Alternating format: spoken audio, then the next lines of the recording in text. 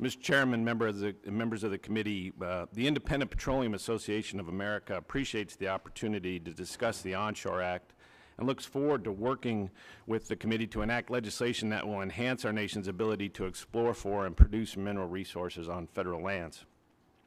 IPAA represents thousands of independent oil and natural gas explorers and producers across the nation, as well as the service and supply industries that support their efforts. IPAA members are truly the face of small business in the oil and natural gas industry and support millions of direct and indirect jobs across the United States. While onshore oil and natural gas production in the United States has increased dramatically over the last several years, the growth has occurred largely on state and private lands. Unfortunately, over the same time, production from onshore federal leases has remained flat or declined. Oil and natural gas projects on federal lands face months of delay due to regulatory obstacles from the federal government that require a given producer to face countless challenges and slow the process to a crawl.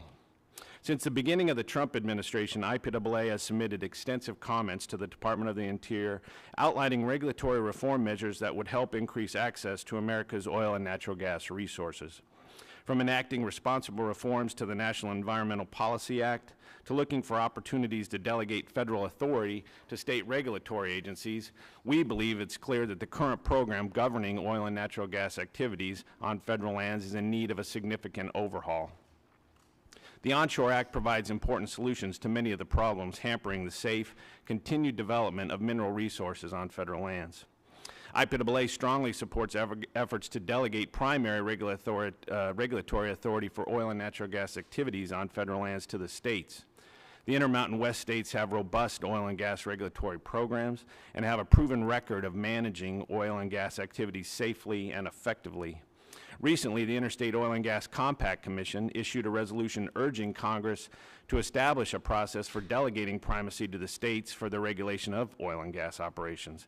We support the IOGCC resolution and believe the mechanism outlined in the Onshore Act provides a workable process to achieve that objective. During the Obama administration, the BLM turned the agency's multiple use mandate on its head and focused instead on land conservation to the detriment of other activities from which all American taxpayers benefit. Rather than working with stakeholders at the local level, the BLM made decisions based on edicts from the national office. IPAA supports efforts to require BLM to more fully engage the states when taking actions that impact multiple use activities in their areas. IPAA also supports language in the Onshore Act addressing permitting on non-federal lands.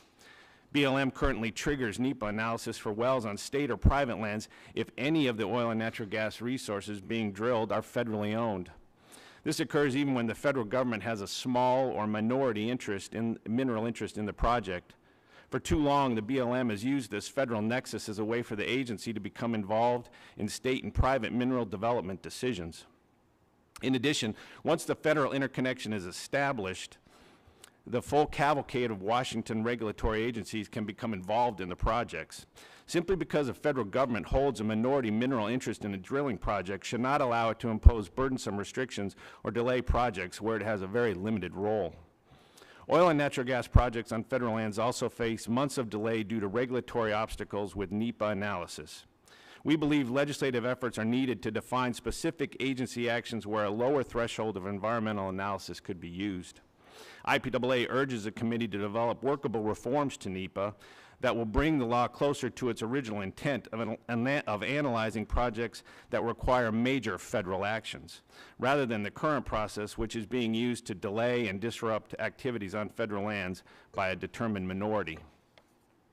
Finally, IPAA commends the committee for including a provision in the Onshore Act to provide state and tribal authority for the regulation of hydraulic fracturing.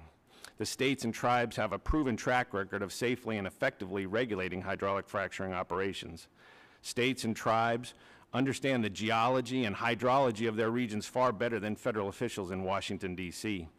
Rather than establishing a duplicative, one-size-fits-all regulatory regime governing hydraulic fracturing, we commend the committee for deferring to state and tribal regulations for all activities related to hydraulic fracturing. IPAA member companies are committed to finding creative solutions to problems that exist within the scope of oil and gas production on federal lands. We commend the House Resources Committee for seeking innovative solutions to these issues that will enhance the ability of America to once again have a robust onshore oil and natural gas program. Thank you for the opportunity to join you today, Mr. Chairman. Thank you, Mr.